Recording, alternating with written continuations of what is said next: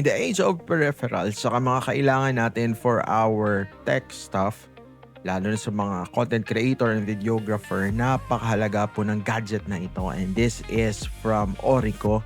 And this is the Orico M.2 Magnetic Docking Station. So bubuksan natin, napaka-importante nito kasi maraming uses ito, lalo na po sa maraming ginagawa.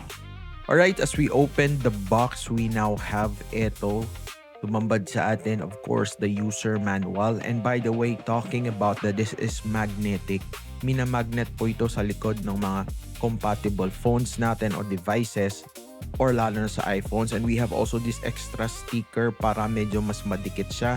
Kasama din sa box, of course, we have this USB Type-C to USB Type-C na kung saan i-connect natin yung device na to sa device natin. And also we have here mini screwdriver kasi we need to unscrew something dito para malagyan natin internally siya ng SSD.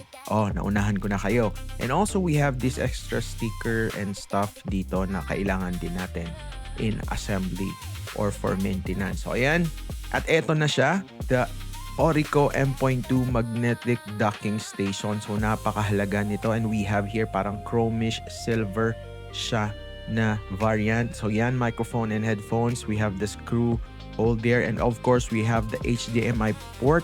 We have dito yung SD card and micro SD port. And also we have, meron pa to sa kabila. We have here dalawa, yung para sa power and then USB-C. And then we have here USB-A and USB-C 10G ports. Straight to the point, useful. Di mo na kailangan magdala ng extra peripherals pa para sa docking ng mga file transfer natin. Tsaka kailangan din natin to, lalo na if you want to display yung mga nasa phone natin. And let's take this sticker at titingnan natin ulit ito.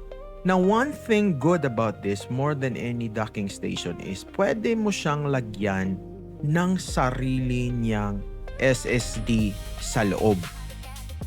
So, yun yung reason ng screwdriver. So, papakita ko sa inyo, we have to unscrew doon po sa may part na may screw. And as you open it, makita natin yung mga circuit. And there is a provision here.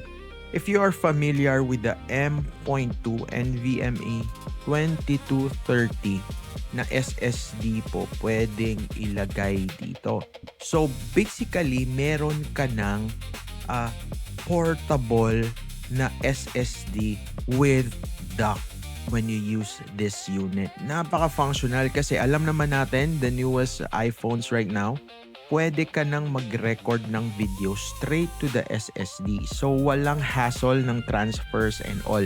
And because it is magnetic, napakadaling gamitin. So, this is the quick look of the Orico M.2 Magnetic Docking Station. This is Rye. See you on the next video.